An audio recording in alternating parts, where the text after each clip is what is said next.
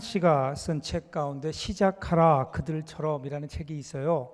그 책에 보면 한 95세 된 한 노인의 회고가 소개되고 있습니다.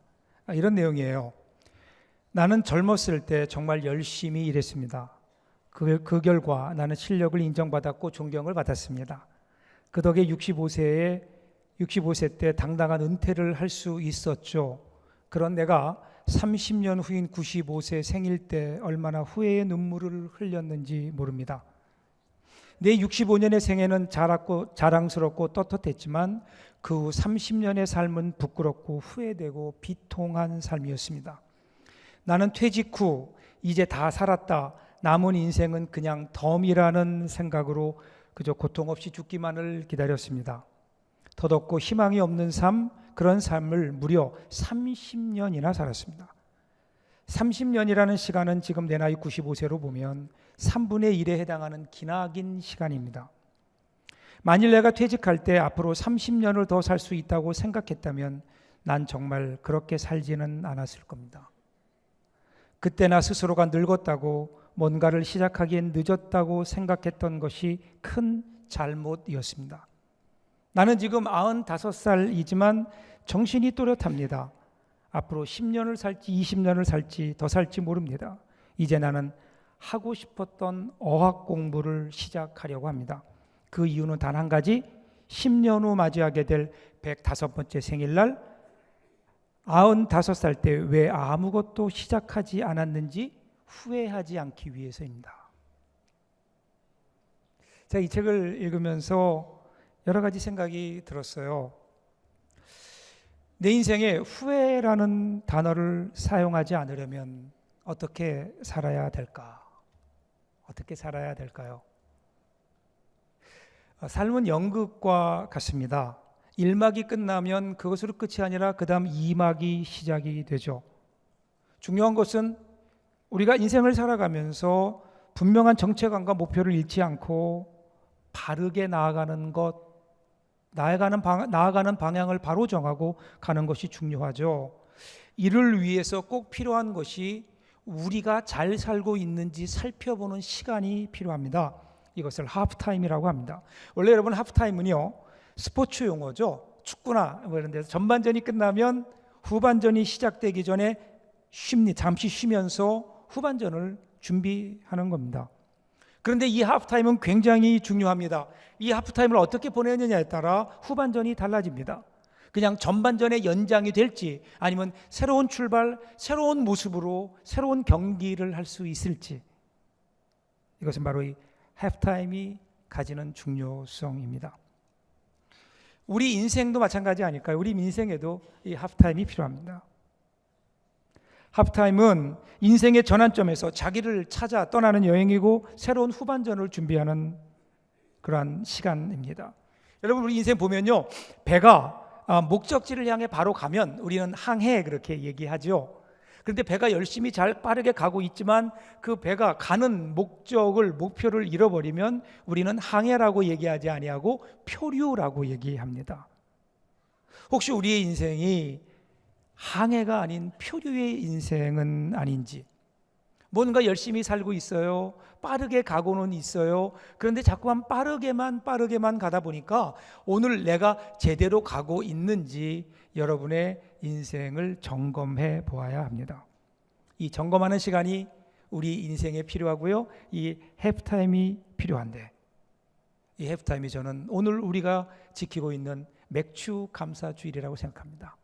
한 해를 돌아보면서 새로운 한 해를, 우리 2016년도 허락하신 하나님 전반전 어떻게 살았는지 돌아보고 후반전을 전반전의 연장이 아닌 새로운 하나님이 주신 은혜로 시작할 수 있는 거룩한 해프타임, 오늘 맥주 감사주의를 맞이하는 저와 여러분의 마음속에 이 귀한 은혜가 있기를 주님의 이름으로 축복합니다. 자, 이런 마음으로 오늘 본문을 보시면 오늘 본문에도 이러한 내용이 나와요. 자, 1절 보시면 우리 읽지 않았지만 1절부터 시작되죠. 어떻게 시작됩니까? 선지자 예레미야가 예루살렘에서 이 같은 편지를 느부갓네살이 예루살렘에서 바벨론으로 끌고 간 포로 중 남아있는 장로들과 제사장들과 선지자들과 모든 백성에게 보냈는데, 이렇게 시작합니다. 자, 오늘 이제 조금 장면이 바뀌면서요, 이제 드디어 예루살렘이 멸망했어요. 그래서 바벨론의 포로로 끌려가 있고 그곳에 포로 생활을 하고 있습니다. 자, 그런데 그러한 포로 생활하고 있는 이스라엘 동족들에게 보내는 예레미야의 편지가 오늘 본문의 내용입니다. 여러분 생각해 보세요. 모든 것이 낯설기만 합니다. 이방 땅에 포로로 잡혀가 있는 포로민들에게, 유대인들에게 가장 큰 소원은 뭘까요? 이제나 저제나 언제 고국으로 돌아갈까입니다. 여러분, 그들의 삶은 어땠을까? 우리나라가 36년 동안 일제 강점을 당했잖아요. 그런데 그래도 우리는 조금 나아요, 형편이. 왜냐하면 그래도 우리는 우리나라 땅에서 당했잖아요. 근데 이 사람들은 망하고 생전 가보지도 못한 바벨론 땅, 이방 땅으로 끌려가서 그곳에서 포로 생활을 하는 거예요. 얼마나 막막했을까요? 지금까지 살아왔던 삶과는 전혀 다른 새로운 미지의 세계, 낯선 세계, 고난이 예상되는 시대가 세상이 그들에게 보여지고 있습니다. 지금까지 살아왔던 삶과는 전혀 다른 삶이 되어야 됩니다. 이방 땅에서 어떻게 살아야 될까? 얼마나 막막했을까요? 이들에게 필요한 것이 하프타임이었습니다. 어떻게 살아야 되는지. 이렇게 이 하프타임을 갖고 있는 가져야만 하는 사람들을 위하여 지금 하나님께서는 예레미야에게 편지를 쓰게 하시는 겁니다. 그런데요, 우리가 이 편지의 내용을 살펴보기 전에 이 편지를 왜 쓰게 됐을까 생각해 보면 이유가 있어요. 그 이유가 8절 9절에 나옵니다. 만군의 여호와 이스라엘 하나님께서 이와 같이 말씀하시니라, 너희 중에 있는 선지자들에게와 점쟁이에게 미혹되지 말며 너희가 꾼 꿈도 고지 듣고 믿지 말라. 내가 그들을 보내지 아니하였어도 그들이 내 이름으로 거짓을 예언함이라 여호와의 말씀이니라. 자, 바벨론에 누가 있었는가 하면 선지자들이 있었는데 거짓 선지자들이 있었어요. 그들의 잘못된 예언으로 인해서 큰 혼란이 일어난 겁니다. 여러분, 포로로 잡혀가 있는 사람들이 가장 듣기 원하는 말이 뭘까요? 돌아오는 거예요. 야, 이제 너희의 포로 시대가 끝났다, 돌아가라. 이게 가장 듣고 싶어하는 이야기겠죠. 그래서 실제로 하나냐 같은 선지자는 2년 후면 돌아간다, 이렇게 장담했습니다. 달콤한 말로 사람들의 영혼을 후리는 사람들이 있었어요. 사람들은 여기에 귀를 기울이기 시작합니다. 사람들 가만히 보면요, 하나님의 뜻이 아니라 듣기 원하는 말에 귀를 더 잘 기울이는 것 같아요. 그런데 참 예언자는 이 달콤한 예언에 속지 말라면서 오히려 현실의 고단함을 정면으로 응시할 용기를 내라고 그들을 향하여 촉구합니다. 그리고 하나님의 때를 기다리라고 말합니다. 자, 여러분, 이러한 거짓 선지자와 참 선지자의 말씀 중에 사람들은 누구의 말에 더 귀를 기울였을까요? 사람들은 누구의 말을 더 좋아할까요? 사람은요, 자기가 듣고 싶어하는 이야기를 듣는 것을 좋아합니다. 자기에게 필요한 이야기는 왠지 무겁고 아파요. 그렇죠? 그래서 자기가 듣고 싶어하는 말만 듣습니다. 오늘 우리 예수 믿는 사람은 안 그럴까요? 오늘 저와 여러분도 하나님 말씀을 듣는다고 하지만 사실은 우리가 듣고 싶어하는 이야기에 우리의 귀를 기울이고 있는 것 아닌가? 정말 우리가 들어야 되는 이야기, 우리에게 필요한 이야기, 하나님께서 우리에게 주시는 말씀에는 사실은 우리의 귀를 닫아버리는, 내가 듣기 원하는 말씀을 더 듣는 사람들이 점점 많아지다 보니까 한국교회 강단에서 전해지는 메시지들이 사람들이 듣기 원하는 것으로 채워지고 있는 것은 아닌가. 이러한 현상을 우리나라를 대표하는 한 구약학자가 이렇게 얘기했어요. 이것을 메시지와 마사지로 표현합니다. 설교자들이 하나님께서 주신 메시지는 전하지 않고 성도들이 듣기 원하는 마사지만 하고 있다. 아주 적절한 통찰이라 그 후 제가 그 이야기를 들은 다음에 설교를 할 때마다 나도 오늘 내가 메시지를 전하나 아니면 마사지를 하고 있나 생각해 봅니다. 그런데 그 구약학자가 오늘 오랜만에 교회를 나왔네요. 그런데 졸고 있네요. 예.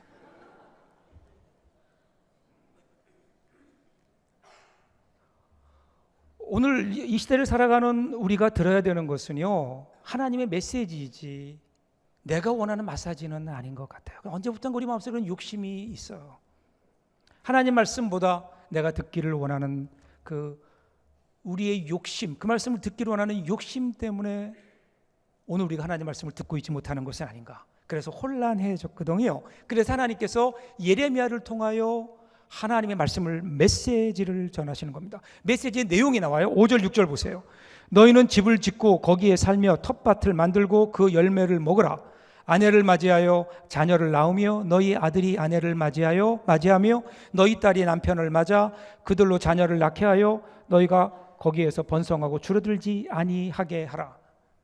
뭘 낳고 맞이하고 복잡하지만 중요한 거예요. 굉장히 중요한 이야기가 나옵니다. 지금까지 여러분 이스라엘 사람들은요, 유대인들은 바벨론의 포로 생활은 하나님께서 이스라엘에게 내리는 형벌이었어요. 심판이었습니다. 이제까지 하나님 뜻대로 살지 못한 것에 대한 하나님의 심판. 거기에는 하나님이 계시지 않다.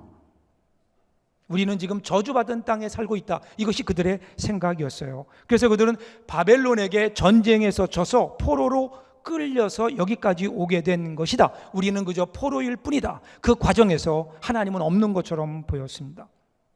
그러면서 그들은 생각하기를 하나님이 정말 우리와 함께 하셨다면 어째 이런 일이 우리에게 일어났겠는가? 하나님이 함께 하셨다면 이런 일이 일어나서는 안 된다는 거예요. 하나님이 버리시고 하나님이 자기를 떠나셨기 때문에 자기들은 버려졌고 그로 말미암아 바벨론의 포로로 끌려온 것이다. 이렇게 생각하고 있었는데, 그런데 예레미야는 생각이 달랐습니다. 너희들은 버려진 것이 아니다. 너희들은 저주의 땅에 너희들만 있는 것이 아니다. 이 모든 일의 배후에는 하나님이 계시고 이 손길에 이끌려 여기까지 온 것이다. 그리고요, 거기에는 하나님의 뜻이 있다는 겁니다. 하나님의 뜻. 7절을 보면 예레미야는 이렇게 말합니다. 너희는 내가 사로잡혀게 간 그 성읍의 평안을 구하고 그를 위하여 여호와께 기도하라. 이는 성읍이 평안함으로 너희도 평안할 것입니다. 아마 여러분 이 편지를 읽는 유대인들은 굉장히 충격에 빠졌을 거예요. 생각해 보세요. 지금 포로로 잡혀 있는 사람 심정이 어떨까요? 밉죠. 원수의 나라. 자기 나라를 멸망케 하고 자기 형제와 자매들을 자기가 보는 앞에서 죽이고, 그것도 모자라 자기를 생전 살아본 적도 없는 이방 땅으로 포로로 끌고 온 바벨론이라고 하는 원수의 나라. 그들의 마음속에는요, 불평과 불만과 복수심으로 가득 차 있었을 겁니다. 어떻게 하면 빨리 이곳을 벗어나서 그래서 내가 내 고향으로 돌아갈 수 있을까? 이런 생각만 하고 있었을 거예요. 그런데 지금 하나님께서 뭐라고 말씀하세요? 그렇지 않다는 겁니다. 내가 여전히 너희와 함께 있고 너희들이 지금 바벨론 포로로 잡혀오는 그 순간순간 발걸음마다 내가 함께 했으며 지금도 포로 가운데 있는 너희들과 내가 함께 하고 있다. 그리고 너희들이 이 땅에 살면서 해야 될 일이 있다는 거예요. 그 일이 뭐죠? 그곳에 살면서 이 성읍과 이곳에 사는 사람을 위하여 평안을 빌어주며 그들을 위하여 하나님께 기도하라. 여러분, 이것은요, 대단한 굉장한 반전입니다.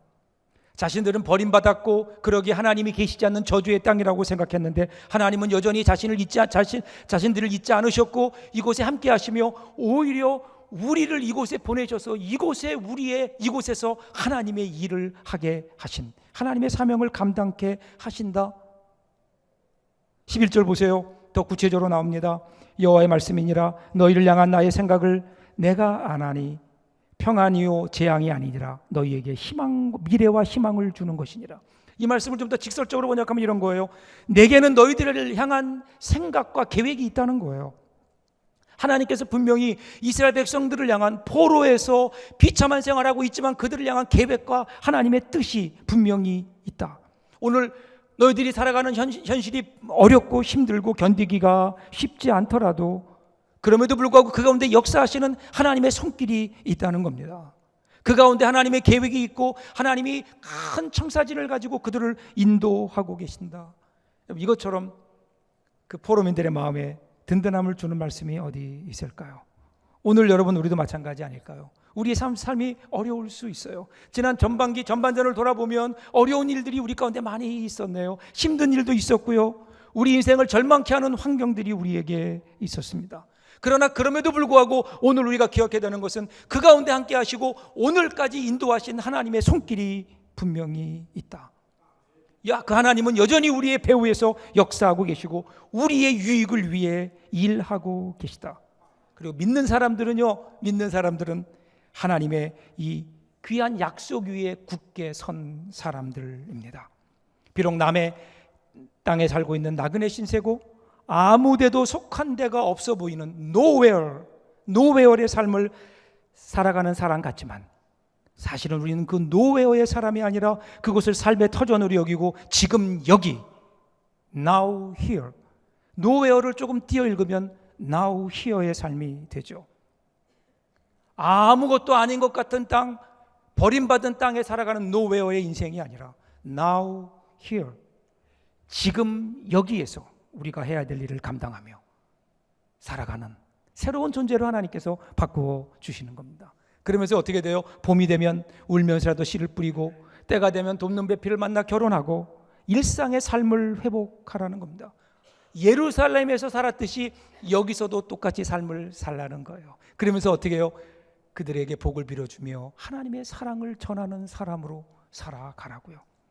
왜 그래야 되는 줄 아세요? 10절을 읽어보시면 여호와께서 이와 같이 말씀하시니라 바벨론에서 70년이 차면 내가 너희를 돌보고 나의 선한 말을 너희에게 성취하여 너희를 이곳으로 돌아오게 하리라.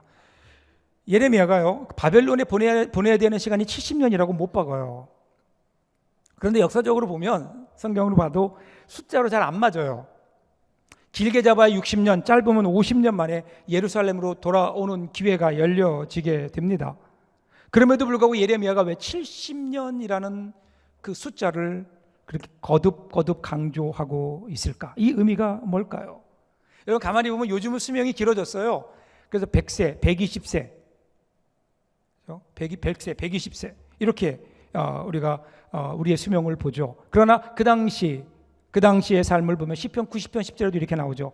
우리의 년수가 70이요 강건하면 80이라도. 어쩌면 예레미야는요 이 70이라는 숫자를 한 세대, 우리가 이 땅에 와서 살아내야만 하는 우리 한 일생을 얘기하는 것이 아닌가. 70년의 세월 그곳에서 보내야 된다는 거예요. 오늘 우리가 이 땅에 우리의 한 생을 살아가듯이. 근데 여러분 생각해 보세요. 이 말씀을 들었을 때 이스라엘 백성들의 마음이 어땠을까요? 여러분 같으면 어떻겠어요? 돌아간다. 근데 언제 돌아가요? 70년 후에. 이게 돌아간다는 건가요? 아니면 못 돌아간다는 건가요? 70년 후에 돌아간다니까 기뻐하는 사람들은 굉장히 긍정적인 사람입니다. 그렇지만 생각해 보세요. 70년 후에 여기에 살아있을 분이 과연 몇 분이나 계실까? 70년 후에 돌아가기는 하겠지만 내 생엔 힘들겠구나. 지금 예레미야가 얘기하는 것은 그런 거예요. 돌아올 생각하지 말고 하나님의 뜻이 그곳에 바벨론에 있다는 거예요. 그래서 너희를 포로로 보내셨다는 거예요. 돌아올 헛된 생각 품지 말고 그곳에서 70년 동안 너의 생이 다하는 그 순간까지 최선을 다해 그곳에서 하나님의 뜻을 이루며 살아라. 이것이 여러분 예레미야를 통해 주시는 70년의 의미가 아닐까요? 자, 그렇다면 이제 살아내야 되는 겁니다. 어떻게 살 수 있을까요? 바벨론이라고 하는 이방 땅에서 어떻게 살 수 있을까? 두 가지 길이 있는 것 같아요. 하나는 오늘 그들이 직면한 현실을 어쩔 수 없는 그냥 숙명으로 받아들이는 거예요. 어쩔 수 없이 살아내야만 되는, 어쩔 수 없이 사는 사람, 할 수 없이 사는 사람, 그냥 인생의 의미도 없이 그저 그렇게 살아가는 사람, 그 사람 속에 뭐가 있을까요? 원망과 불평이 있겠죠. 오늘 나를 이렇게 만든 건, 오늘 내가 이렇게 어려운 일을 당하며 어쩔 수 없이 살아가는 이유는 저 바벨론 놈들 때문이라고 환경을 탓하며 그 억울한 마음을 증오심으로 가지고 살아가지 않을까요? 피하고 싶지만 피할 수 없어서 마지못해 살고 있는, 그래서 틈만 나면 어떻게 해서든지 자기에게 상처를 입힌 사람에게 복수를 하고 싶은 마음, 그 마음 깊숙이 가지고 원망과 불평과 좌절과 회한 속에 살아가는 삶. 분명히 하나님은 그들에게 그곳이 하나님이 주신 새로운 삶의 터전이라고 말씀하심에도 불구하고 그것을 자신의 터전으로 여기지 않은 채 그저 그곳에서도 이방인으로 살아가는 삶. 그런데요, 우리는 예레미야를 통해서 또 다른 시각을 발견하게 됩니다. 그것은 지금 자기에게 주어진 현실을 어쩔 수 없이 살아야 되는 숙명론의 삶을 살아가는 사람이 아닙니다. 지금 예레미야의 시각으로 보면, 예레미야 해석으로 보면 예레미야에게 주신 이 바벨론 땅이라고 하는 것은요, 지금 이것은 하나님의 인도하심의 결과라는 겁니다. 어쩌면 자신들이 원치 않는 이곳에서 한 생을 살아야 될지 모름에도 불구하고 거기에 보내신 분은, 여기에 보내신 분이 하나님이시라고 하는, 지금 예레미야는 그 하나님의 관점에서 자기들의 삶을 보고 있는 거예요. 부르심의 관점. 그리고 그 부르심이 뭔가요? 다름 아닌 평안과 소망을 전하는. 그들은 지금 이곳에 끌려온 곳이 아니라 하나님을 알지 못하는, 하나님의 사랑을 알지 못하는 바벨론 사람들을 위하여 하나님께서 그들에게 하나님의 사랑과 평안과 하나님의 복을 그들에게 나누어 주시려고 그들을 그곳으로 보내셨다는 겁니다. 지금까지는요, 자신들이 어쩔 수 없이 끌려온 을인 줄 알았어요. 그런데 하나님 말씀을 듣고 자신들의 눈을 떠서 자신들의 인생을 하나님의 눈으로 바라보니까 하나님을 알지 못하는 바벨론을 위하여 하나님께서 보내신 거룩한 갑이었다는 겁니다. 더 이상 그들에게 그곳은 포로지가 아니라 그 순간 선교지로 바뀌게 되는, 오늘 여러분의 삶은요, 과연 어쩔 수 없이 살아가야만 되는 포로지의 삶을 살고 있습니까? 아니면 하나님이 나에게 주신 소명, 그 뜻을 따라 이 땅에 하나님의 나라를 이루며 살아가는 선교지입니까? 이것은 오늘 우리가 어떤 상황 속에 있느냐 하는 것과는 별개의 문제입니다. 얼마나 내가 편한 삶을 살고 있느냐, 얼마나 성공적인 삶을 살고 있느냐, 이것이 아니라 오늘 그 삶 속에서 내가 어떤 자세로 살아가고 있는가. 여기까지 보내신 분이 하나님이고 나를 이곳에 보내실 때는 분명한 하나님의 뜻이 있다. 하나님의 뜻이 있다. 사람들에게 하나님의 평화를 전하고 소망을 주는 것이라는 것을 기억하면서 오늘 우리의 삶의 어려운 현실 속에서도 그것을 이루며 살아가는, 이 땅에 하나님의 복음을 전하며 평화를 전하며 하나님의 사랑을 전하는 이 시대에 하나님 부르신 선교사로 살아가는, 이것이 오늘 이 시대를 살아가는 우리에게 요구하시는 하나님의 뜻이 아닐까요? 그렇게 살아갈 때 우리의 삶이 변하게 됩니다. 원망과 불평의 자리에서 기쁨과 감사와 축제의 자리로 바뀌지 않을까요? 어느 해변가에 초등학교가 하나 있습니다. 아주 아름다운 곳이었어요. 누가 봐도 경치도 최고고 좋은 분위기의 학교였습니다. 자그마한 학교였는데 한 가지 문제가 있어요. 문제는 뭐냐면 그 학교 옆을 지나는 철도가 있는데요, 해안 철도가 있는 거예요. 근데 하루에 몇 번씩 기차가 지나다녀요. 기차가 지나다니니까 여러분 수업에 방해가 되잖아요. 한참 수업을 하는데 기차가 지나가니까 시끄럽게 지나가니까. 이것이 문제였습니다. 그래서 그것들이 학생들에게도 부정적인 그 생각을 갖게 하고요, 기차에 대한 부정적인 생각을 갖게 합니다. 그래서 어떤 아이들은 기차가 지나가면 욕을 하기도 하고, 또 어떤 아이, 좀 짓궂은 아이들은 기차를 향해 돌을 던지기도 합니다. 학교에서 이 문제를 해결하려고 여러 가지 노력했지만 여러분, 기차를 어떻게 한다는 것이 쉬운 일이 아니잖아요. 고민하고 있는데, 그런데요, 새로 부임한 한 젊은 선생님이 아주 쉽게 해결했어요. 그 젊은 선생님이 수업을 하고 있는데 기차가 지나가는 거예요. 마침 수업 시간에 기차가 지나갑니다. 그랬더니 그 선생님이 학생들에게 이런 제안을 했어요. 자, 수업 그만하고 기차가 지나가는데 이제 우리 앞으로는 기차가 지나갈 때마다 다 자리에 일어나서 박수를 치고 환호를 지르며 옆에 있는 친구들과 함께 옆에 있는 친구들을 축복하고 신나는 노래를 한번 불러보자. 이걸 제안한 거예요. 그러니까 처음에는 아이들이 어색했어요. 시간이 지나가면서 아이들이 이제는 모두가 다 기차가 지나가면 자리에서 일어나서 박수를 치고 환호성을 지르고 서로 축복하고 신나는 노래를 부르는 겁니다. 그러면서 그들은 자연스럽게 창가로 가서 지나가는 기차를 향하여 손을 흔들어 주는, 그전에는 분명히 그것이 원망과 불평과 저주의 자리였는데 그것이 어떻게 해요? 기쁨의 자리로, 축복의 자리로. 무엇 때문에 변했을까요? 기차를 바라보는 그들의 시선이 바뀌었기 때문에. 오늘 저는 여러분의 삶이 이런 은혜가 있기를 바랍니다. 누가 봐도 우리의 삶 속에 우리의 삶이 원망과 불평으로 가득 찰 수밖에 없는 삶이다 하더라도 그 가운데 우리가 그곳이 하나님이 보내신 하나님의 자리임을 우리들이 분명히 알고 하나님의 뜻을 실천하며 살 때에 우리 가운데 원망과 절망의 우리의 인생이 변해서 기쁨과 축제와 감사의 자리로 변하게 될 줄로 믿습니다. 오늘이 맥주감사 주일입니다. 저는요, 우리 한국 사람들에게 이 맥주절이 추수감사 주일보다 훨씬 더 무게가 있다고 생각해요. 지난 세대 우리 어르신들 세대를 보면 우리 민족의 가장 큰 문제가 뭐였나요? 어떻게 먹고 살 것인가? 어떻게 굶지 않을 것인가? 그 중에 그 문제의 중심에 보릿고개라는 것이 있었죠. 가을에 추수한 곡식은 다 떨어져 가고 먹을 양식은 동일합니다. 어린아이들은 배고프다고 하죠. 줄임배를 움켜쥐고 그 당시엔 땅에서 나는 것이라면 닥치는 대로 가져다가 먹을 수밖에 없었죠. 사람이 건너는 가장 높은 고개가 보릿고개라고 할 정도로. 근데 그때 보릿고개를 겨우겨우 넘으면요, 그때 보리가 나오게 됩니다. 보리를 추수하게 됩니다. 여러분, 그때 한번 그때 상황을 생각해 보세요. 정말 죽을 힘을 다해 살아왔는데 어느 순간 그들에게 햇보리, 기가 막힌 양식이죠. 그때 우리 신앙의 선진들은 그것을 가지고 제일 먼저 뭐 했어요? 하나님께 감사했어요. 하나님께 감사했어요. 보릿고개를 넘게 하신 하나님. 아니, 그 보릿고개를 넘을 때에 우리에게 힘을 주시며 우리와 함께 그 어렵고 힘든 순간들을 함께 하셨던 하나님, 그 하나님을 생각하며 하나님 감사합니다. 그리고 이제는 가을에 더 큰 수확을 소망 중에 바라보는. 그래서 그들은 정말 어려웠던 시절, 먹을 것도 없었던 시절, 아무것도 아닌 햇보리 한 줌을 손에 쥐고 하나님 감사합니다, 하나님 감사합니다. 그들의 가난은 거기에 더 이상 없었죠.